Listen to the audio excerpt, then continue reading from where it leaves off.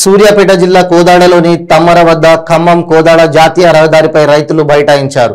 ధాన్యం కొనుగోలు కేంద్రాలను తక్షణమే ప్రభుత్వం ఏర్పాటు చేయాలని డిమాండ్ చేశారు. గత 10 రోజులుగా పంట కోతలు జరుగుతున్నా కొనుగోలు కేంద్రాలు ఏర్పాటు చేయలేదని రైతులు ఆందోళనకు దిగారు. అకాల వర్షాలతో ఆందోళనలో ఉన్న అన్నదాతలు ఉన్నారని వారన్నారు. రైతుల ఆందోళనతో హైవేపై కిలోమీటర్ మేర ట్రాఫిక్ జామ్ ఏర్పడింది.